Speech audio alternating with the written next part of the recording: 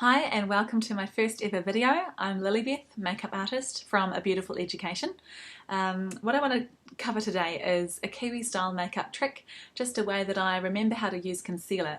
So there are three main mistakes or common mistakes I see women making with their concealer. Of course, just to go over a little bit, concealer is basically a foundation product for your skin to conceal or cover or camouflage. Usually used for pigmentation or acne or spots or different colours on the face. So when you look at your face in the mirror just a little bit critically, you probably will see a few different colours. You might see some redness around your cheeks, you may have pigmentation on your forehead or on your cheeks. That's where you've got darker skin, usually from the sun or from hormones. You might have spots or acne that you want to conceal, or scars or birthmarks. So most women would use a concealer for this. So you've got concealer, usually comes in a smaller packaging than your foundation. Your foundation might look something like this. So it's about, what, a quarter of the size of product or less. So what I love to do, if you can get away with it, is just use your foundation. It's cutting out buying another product and having to go back into your makeup bag or your drawer for another product to use on your face. A lot of people use their foundation after their concealer. They get their concealer, they look at their face, and they look at all the stuff they want to cover. Personally, if I did that, my face would end up covered in concealer in the mornings. And then by layering foundation on top, you're just going to end up with a cakey mess, using way too much product, more than what you probably need. So my first tip for you for concealer is to use your foundation everywhere first, and then where this can't cover alone, where you need more coverage or a thicker cover, then go back in for your second go with your concealer. I think that will give you much better results than just going in with the big guns first thing. So I want to talk about three common mistakes women make with their concealer. Concealer mistake number one is just using the wrong colour, usually a concealer that's way too light for your skin. So the makeup advice out there that I see most common about concealers is to choose a shade 1 or 2 shades lighter than your skin. Now, if you look at my eye area, this is my own personal issue, but I see it with most women, your eye area is a whole lot lighter than everywhere else. The skin is fairer, it's thinner, it doesn't get the sun, and that's generally because of the shape of the face, the way that the forehead and the brow bone protects it from the sun.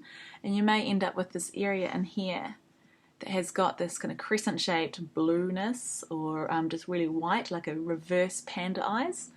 And maybe perhaps down here on your nose you might see where the colour starts, but everything in here is a whole lot paler. So most advice means that you're supposed to get a couple of shades lighter than your skin. I don't see that as great advice. Most women actually need a shade that's just the same to make their eyes a little bit darker. The skin around the eyes are actually a little bit darker to blend it and make it more seamless with their skin, or a little darker than normal than the skin that's here. So that's mistake number one, using a shade way too light. It just really emphasises the fact of any dark circles that you might be trying to cover. Number two is putting it all over the place. A lot of women get their concealer and they'll put it, instead of just here, they'll put it everywhere under the eye, right around here, and they colour it all in.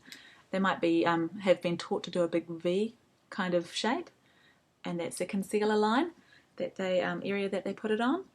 I don't think that's a great idea as well. Most women, if you've got any lines or kind of texture or wrinkles here, most women, by taking it right around here, are emphasising those lines. You want to keep this area, the squint of your eye, if you have any lines, as foundation free as possible, and definitely powder free.